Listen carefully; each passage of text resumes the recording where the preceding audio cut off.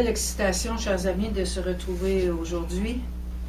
D'abord avec le shalom de Dieu qui nous a été donné. Yeshua nous a donné sa paix. Et souvenons-nous qu'il n'a pas donné la paix que le monde donne.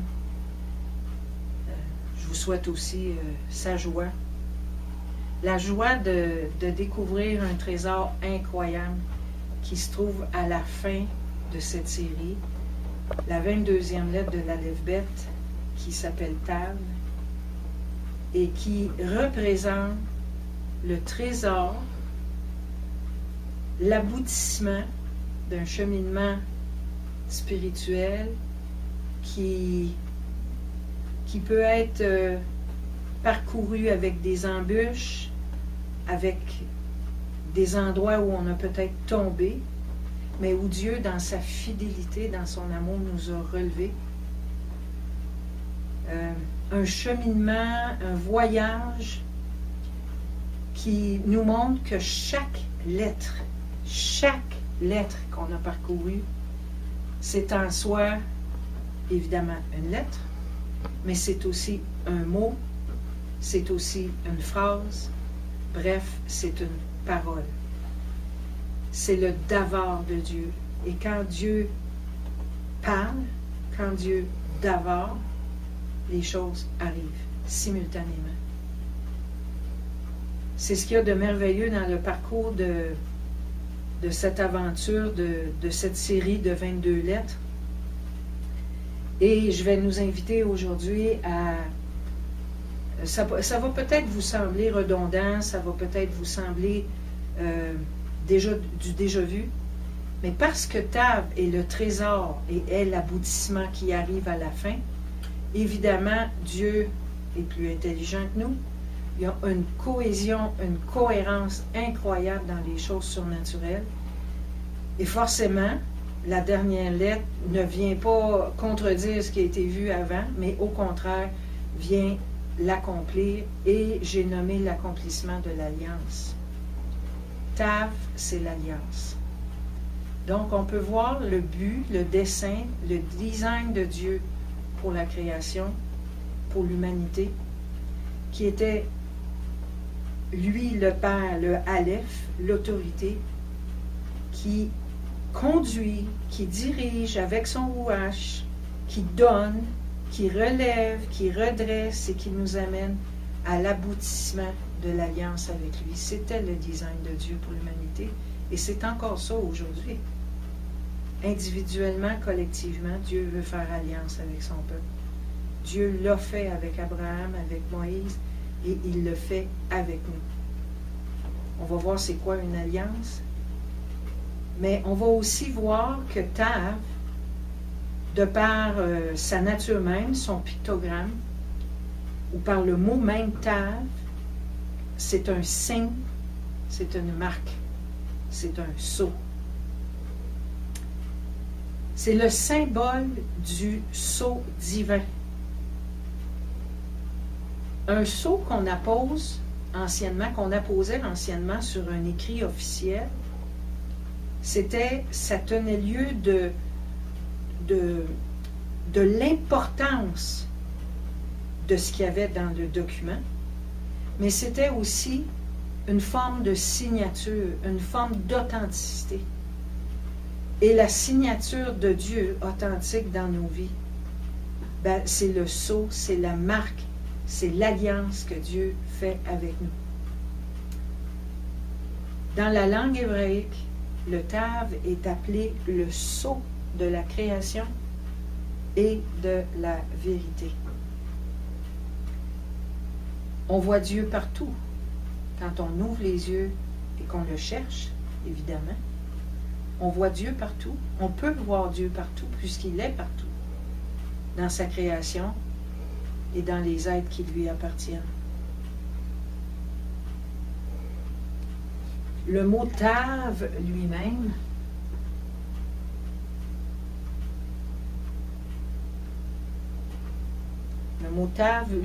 est formé du Tav et du Vav qui symbolisent la marque d'amour de l'alliance.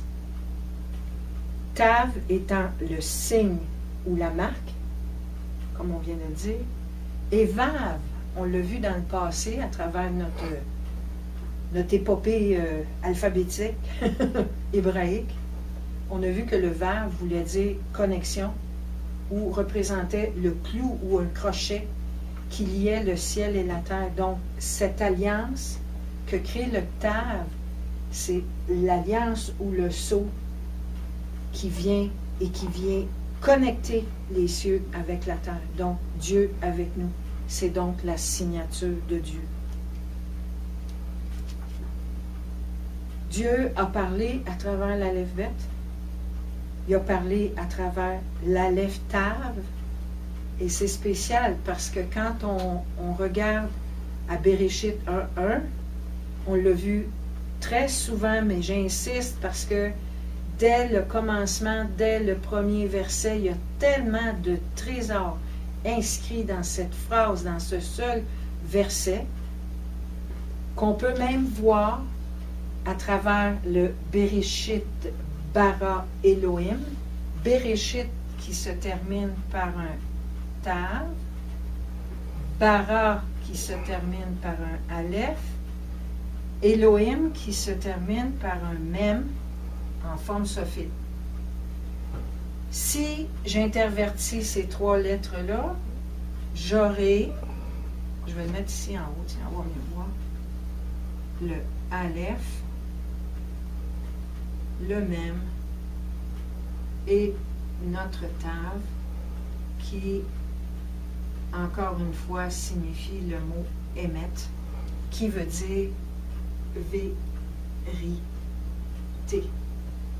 Quand les anciens donc disent que Tav représente le sceau de la vérité, on peut reconnaître ce sceau de vérité dès le premier verset en Bereshit 1.1. Au commencement, Dieu créa les cieux et la terre.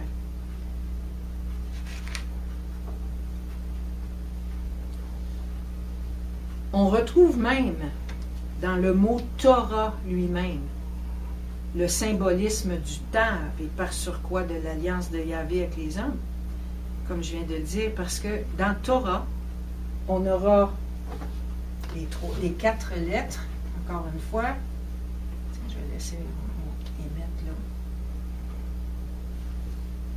là. Dans le mot Torah, on aura encore une fois le Tav,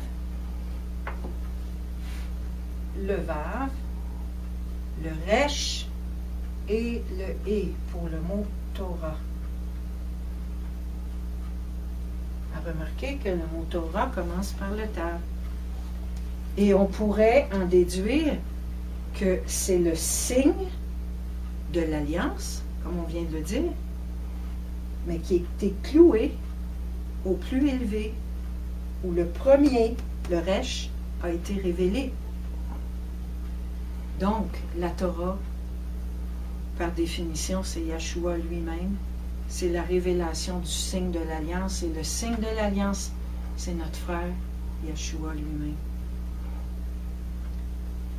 On peut voir aussi en quoi le Tav est la signature de Dieu à travers les Écritures quand on lit dans Ézéchiel, au chapitre 9, les versets 4 à 6.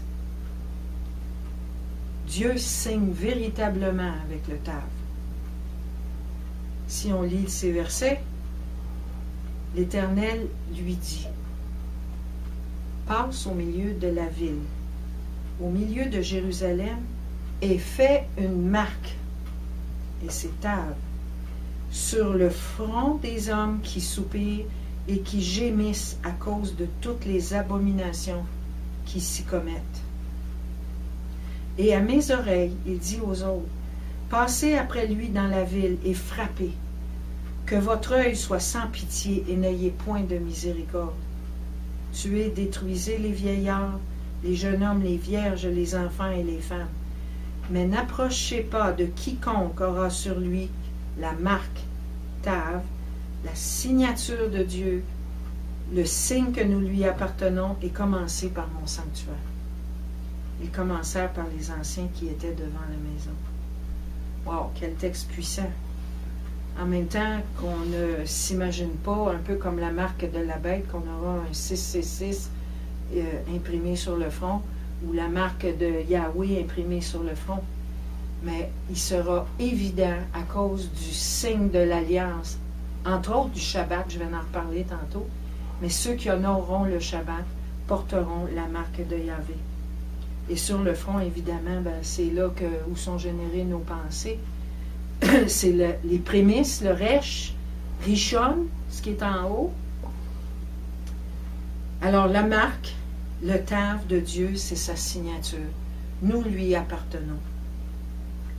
Quand on accepte de faire alliance avec lui, on accepte tout mot qui sort ou qui est sorti de la bouche de Yahweh. Tav est peut-être la dernière lettre de son Aleph-Bet, mais avec toutes les autres lettres qui la précèdent, elles forment la parole.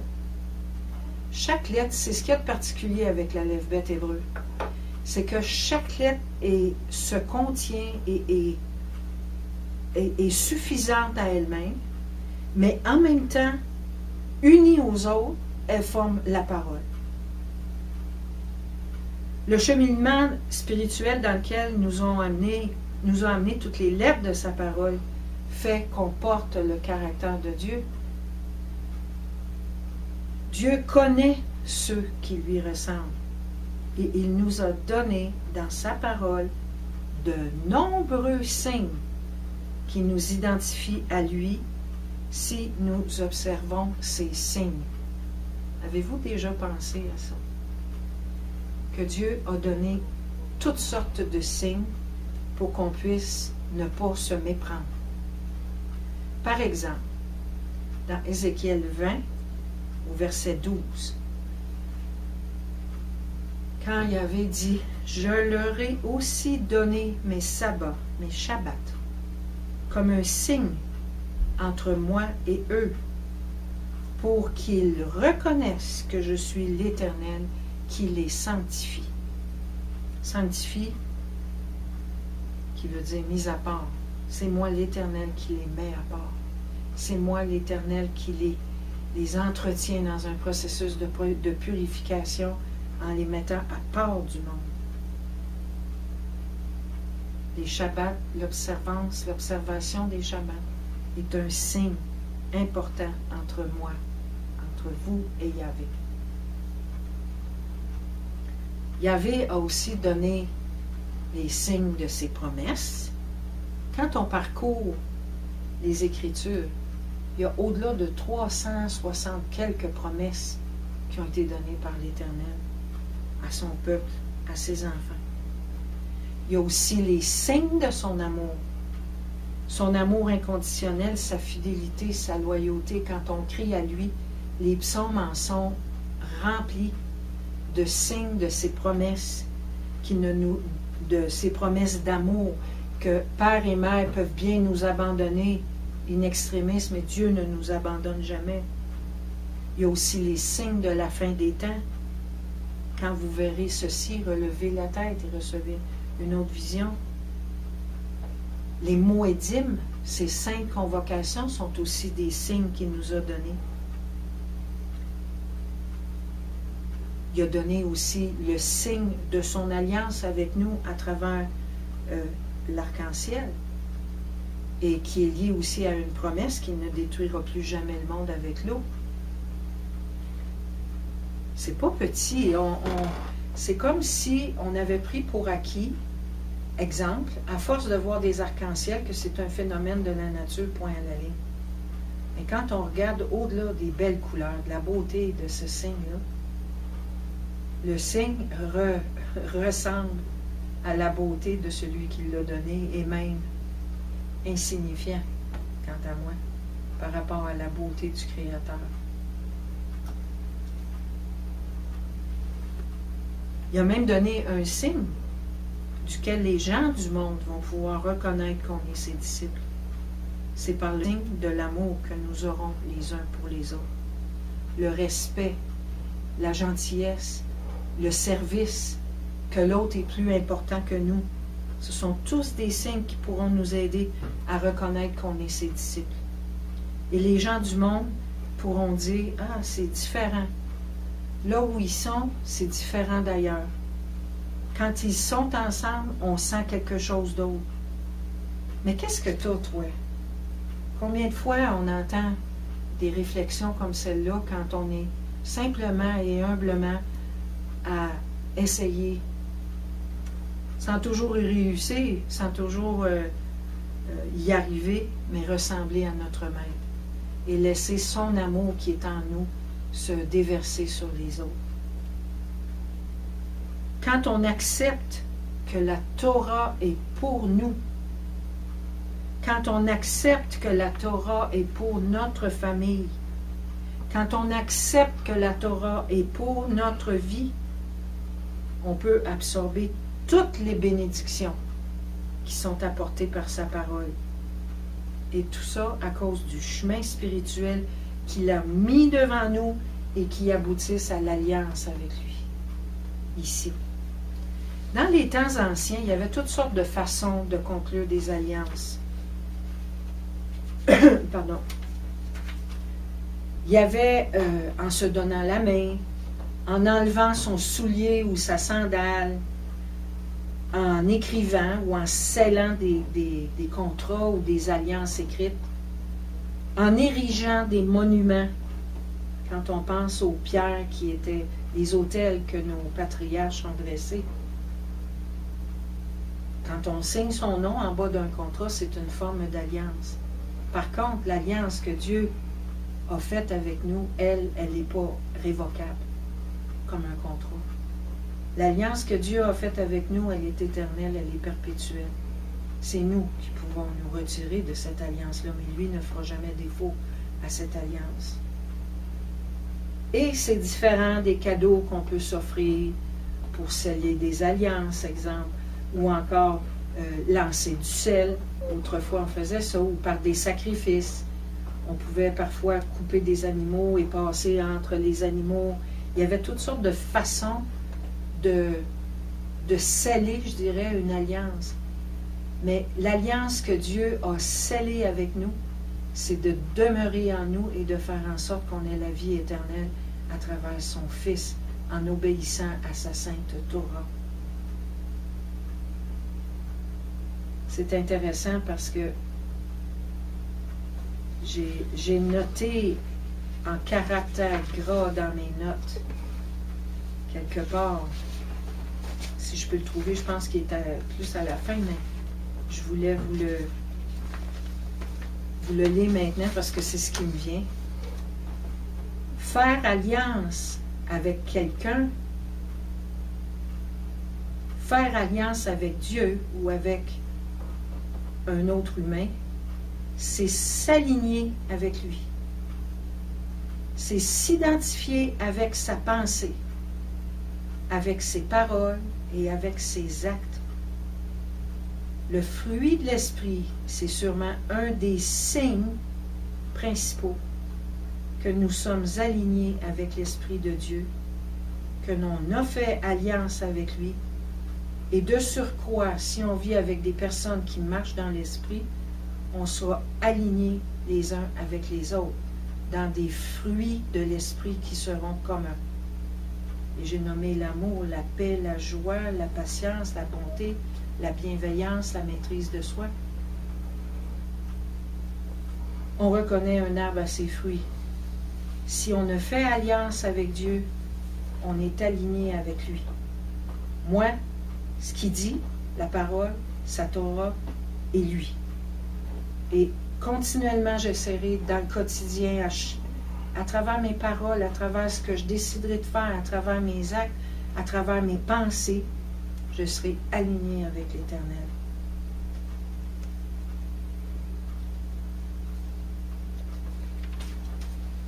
C'est en parlant de signes que ça m'est venu, cette importante notion de s'aligner avec Dieu.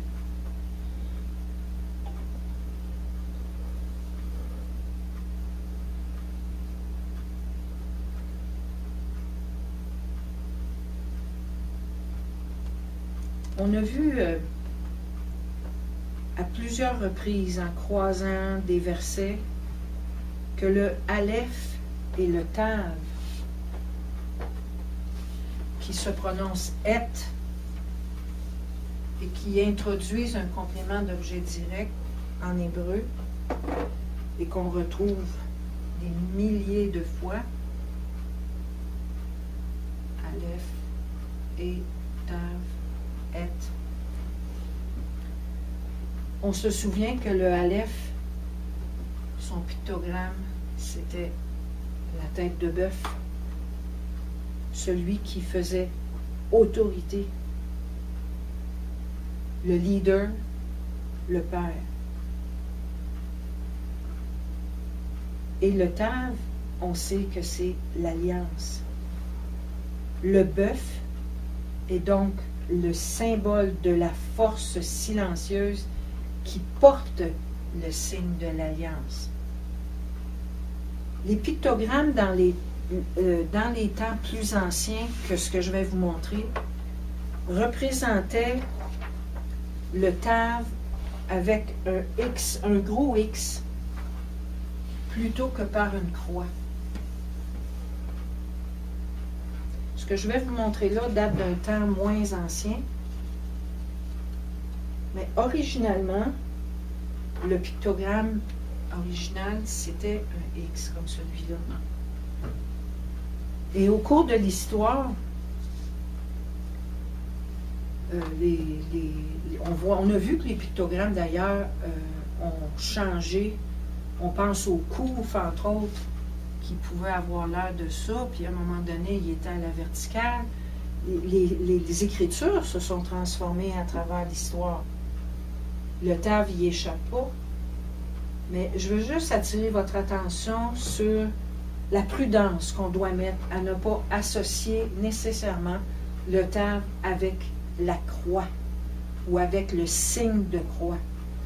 Parce que Yeshua a été pendu au bois et les religions ont transformé ce signe qui a été même utilisé dans le paganisme à très haute échelle. Et c'est pas rare qu'on voit des gens avec d'énormes croix dans le cou.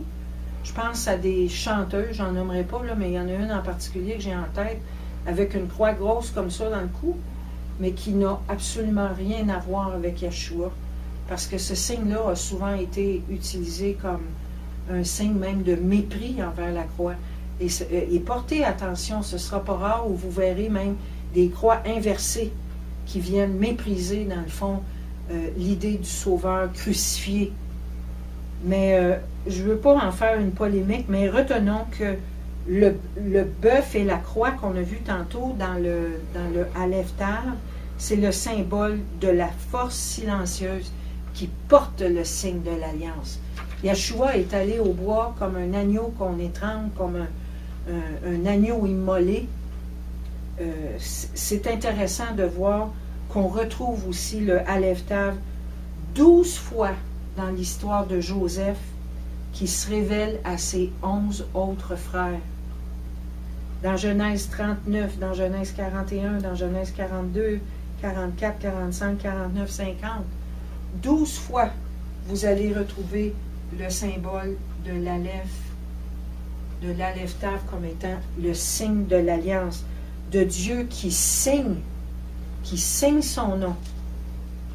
Et s'il y en a un qui représente véritablement Yeshua, qui était une préfiguration de notre Messie, c'est bien Joseph, qui a été emprisonné, qui a été mis à part, qui a été bafoué par ses frères et qui a été élevé au rang de grand vizir, de presque roi lui aussi, à côté de Pharaon, et qui accorde son pardon, mais un pardon presque inconditionnel, et c'est celui qui sauve son peuple de la faim, celui qui donne du pain à ses frères qui étaient affectés par une grande famine et qui seraient morts.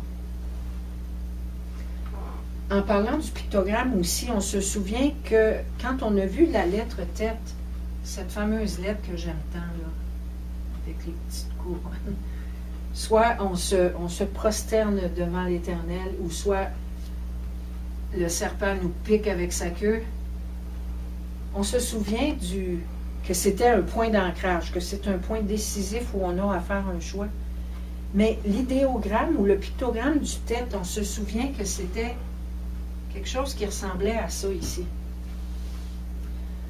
On disait que c'était le choix de la croisée des chemins, mais c'était aussi le pictogramme du tête représentait un panier, comme le dessus d'un panier, puis qu'on imaginait que le serpent était dedans et pouvait nous piquer. Mais les anciens, les maîtres d'Israël disent que l'idéogramme du tête représentait justement une croix enfermée dans un cercle. Mais que la croix, encore une fois, croix pour Marc, le sceau, j'aime mieux employer le mot sceau, le sceau de Dieu se retrouve libéré de la limitation du cercle. Parce que dans la sagesse de ces gens, le cercle symbolisait anciennement l'emprise de l'adversaire. On l'a vu avec le panier du tête. Mais Tav représenterait la libération de l'âme, et les messianiques vont dire c'est grâce à l'amour de Yeshua à la croix qu'on est libéré définitivement parce que Yeshua a livré à Satan en spectacle à la croix, au bois.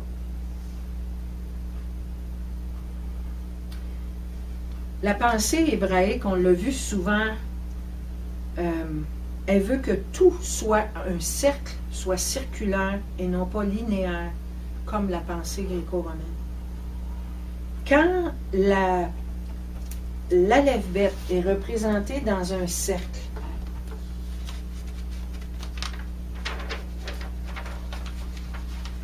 c'est un peu petit, nos moyens ne nous ont pas permis encore de grossir la chose, mais je vais quand même vous indiquer ce qu'il y en est. C'est facile à comprendre, même de loin, sans trop voir les détails.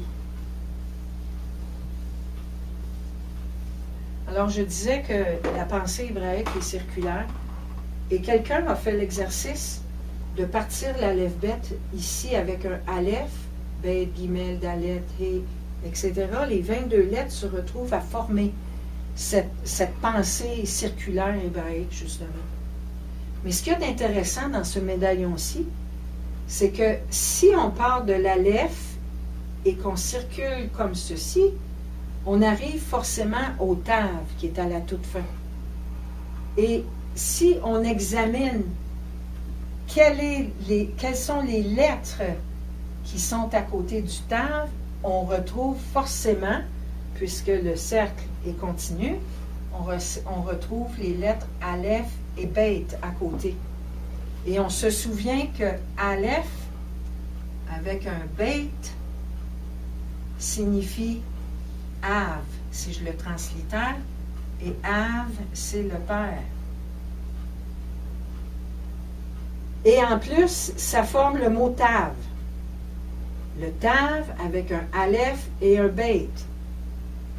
L'alliance que le Père a conclue avec nous grâce à son Fils qui est représenté par le Beit qui suit.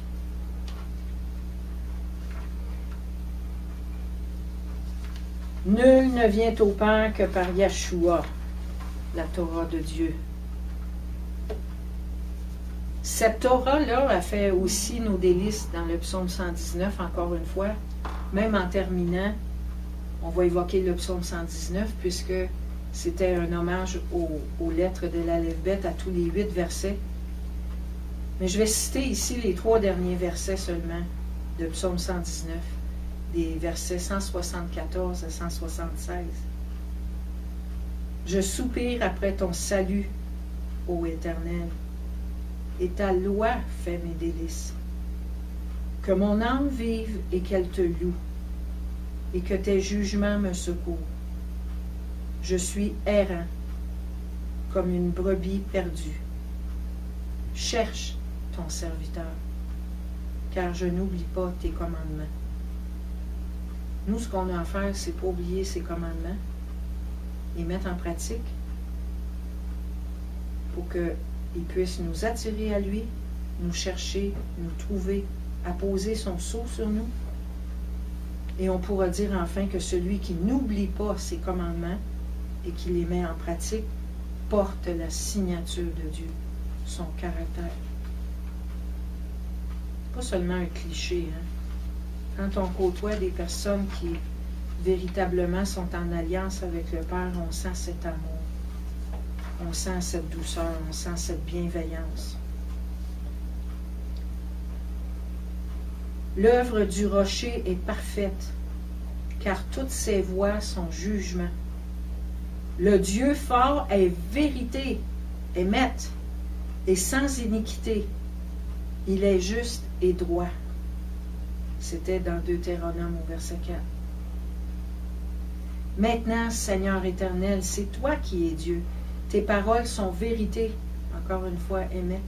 Et tu as annoncé ce bienfait à ton serviteur dans Samuel, dans 2 Samuel, chapitre 7, verset 28. Yeshua dit, moi je suis le chemin, la vérité et la vie. Nul ne vient au Père que par moi, dans Jean 14, verset 6. Vérité, c'est le nom de Dieu, on vient de le voir. Quand Yeshua dit, je suis le chemin, la vérité, la vie, vérité, émette, c'est son nom. Il n'y a pas de place pour Sheker. Souvenez-vous, Sheker, les 3 dernières lettres, les 3 avant-dernières lettres de l'Aleph-Bet, regroupées ensemble, veulent dire mensonge. Et on disait que justement, tromperie et mensonge sont loin du même qui est au centre et du Aleph qui est au début. Et si on enlève la lettre Aleph, qui représente, dans le fond, Yahvé, dans le mot émet, la première lettre, on obtient le mot mort en hébreu, mot. Donc, la vérité donne la vie, mais le mensonge, la trahison amène la mort. Quand Pilate a demandé qu'est-ce que la vérité, dans le fond, là, quand on y pense comme il faut, il aurait dû demander qui est la vérité. Des fois, les gens nous accostent et sont très malheureux, sont confus, sont perdus, sont blessés, etc. Ils nous demandent qu'est-ce que je devrais faire. C'est quoi la solution? C'est pas quoi la solution. La solution, c'est qui est la solution. C'est intéressant parce que le mot vérité aussi en hébreu signifie aussi fidélité.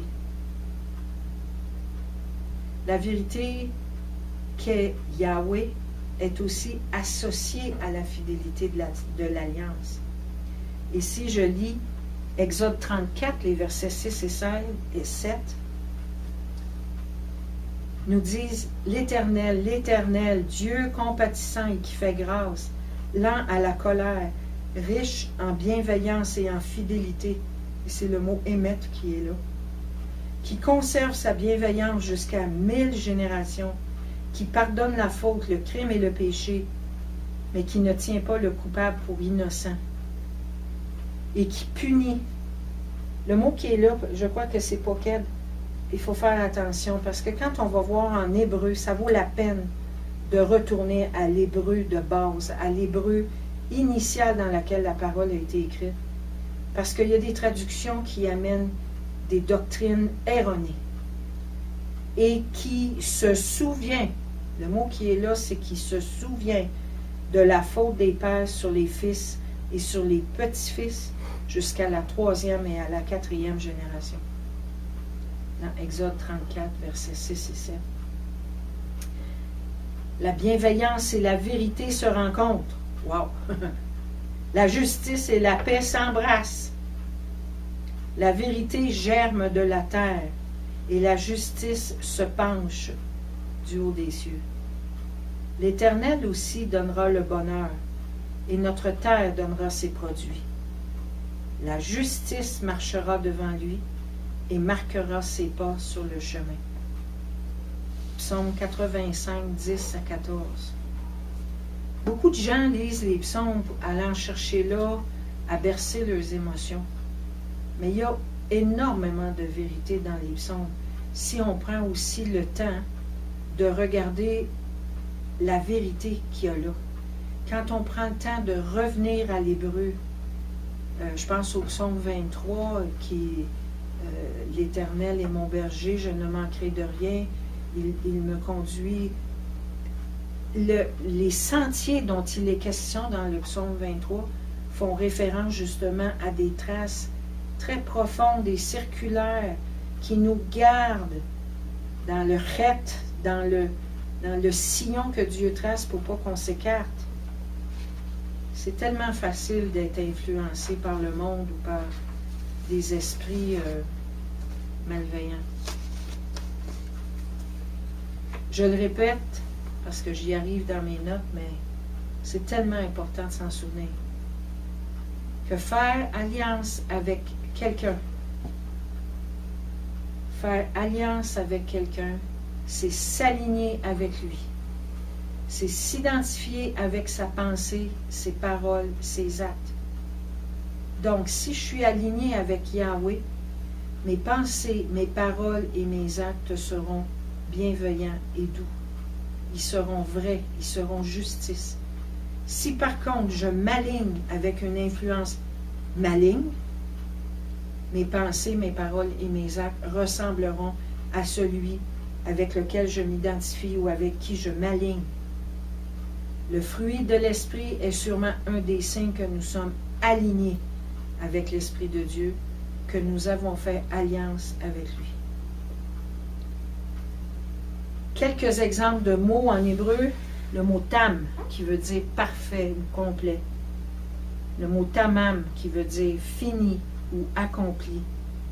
On voit là hein, l'aboutissement, juste avec 2 petits mots de vocabulaire. Souvent, les mots qui commencent avec la lettre ou qui comportent cette lettre-là à l'intérieur, surtout au début et à la fin, ont toujours un sens qui est très semblable, ou en tout cas qui a une connotation où on peut reconnaître le symbole principal. Tamim, qui veut dire entier. Évidemment, 2 mots très importants, Teshuva et Tikkun. Teshuva qui veut dire revenir, retourner à Dieu, retourner à l'Éternel, se repentir. Se repentir, c'est pas seulement dire excusez, je ne recommencerai plus. Revenir à Dieu dans le vif désir de ne plus recommencer et qui nous aide à vaincre le comportement pécheur qui nous a amenés à égratigner sa sainteté.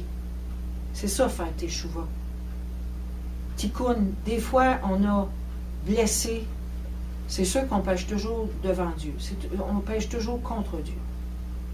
Mais des fois, on a tellement blessé des gens autour de nous par nos péchés, il y a des conséquences à nos actes.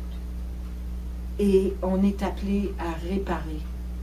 Si on a volé, si on a menti, ne serait-ce que demander pardon. Tefila, qui veut dire prière, conversation avec Dieu. Tehila, qui veut dire la louange. Tikla, qui veut dire complétude. Torah, qui veut dire instruction. Loi. Loi dans le sens que si je fais telle chose, il va toujours arriver tel résultat. C'est pas une loi qui punit. C'est si je fais ça, il va arriver ça. Et c'est toujours ça qui arrive quand ça est là. Je ne sais pas si je m'explique bien, mais une loi, c'est un fondement qui est là et qui, à répétition, donne toujours les mêmes résultats. Souvent, dans les milieux évangéliques ou chrétiens, on va dire, ben, vous êtes sous la loi. Et on confond loi et légalisme. Légalisme, c'est ce que les hommes ont fait avec ce que Dieu avait instauré pour qu'on soit heureux, condamné au bonheur. Non. On n'est pas légaliste, on obéit à la Torah de Dieu.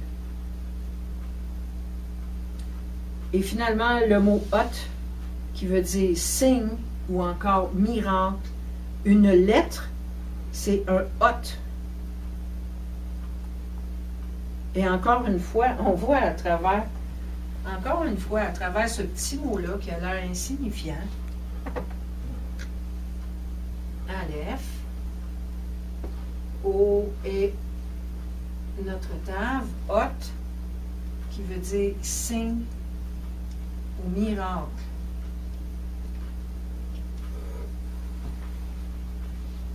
N'était-ce pas un miracle que le leader soit cloué au signe ou à la marque? Encore une fois, à travers les pictogrammes. On achève.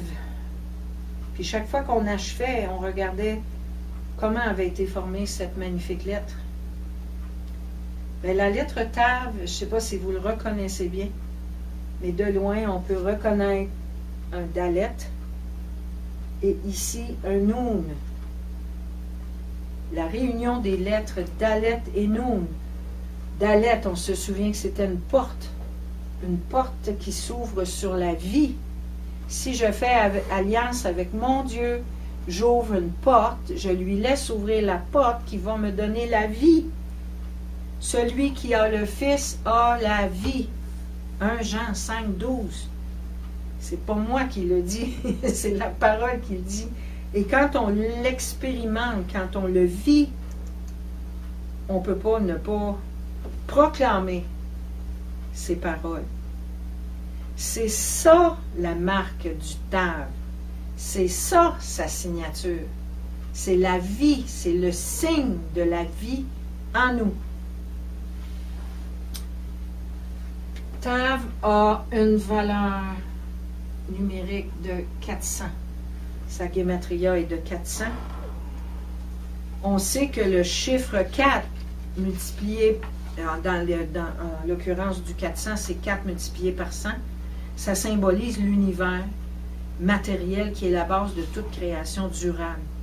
Mais 400, c'est la signature de Dieu sur une création complétée physique et spirituelle qui se voit dès le premier verset de la Torah. On l'a expliqué en long et en large. Le Aleph qui se termine avec, qui commence, et le Tav qui se finit et qui forme la particule et, pour laquelle les Juifs disent que c'est intraduisible. 400, ça évoque aussi les 400 pièces d'argent avec lesquelles Abraham a acheté la caverne de Marpella pour enterrer Sarah qui était devenue Sarah. Les 400 hommes d'Ésaü, les 400 hommes de David, ou l'exil de plus de 400 ans du peuple hébreu en Égypte.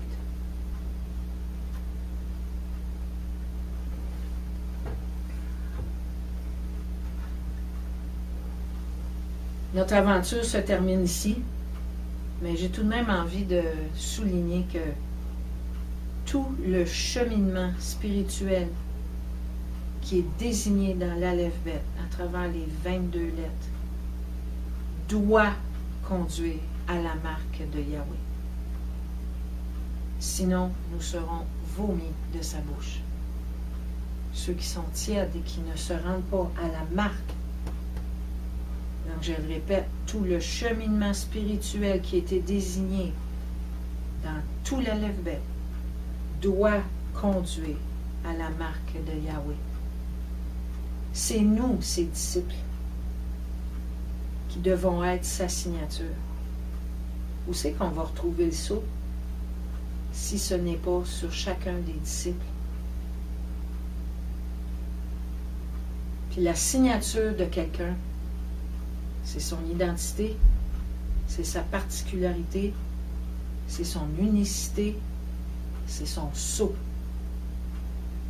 Fait que sur ces mots de grande puissance que je veux me rappeler moi-même pour ma vie, rappeler à mes frères et sœurs, je vous remercie d'avoir été participant à cette série-là sur l'Aleph-Bet. Ça a été une expérience pour moi qui était surnaturelle, qui m'a apporté énormément, et j'espère que ça vous a aussi béni. Alors je vous dis shalom.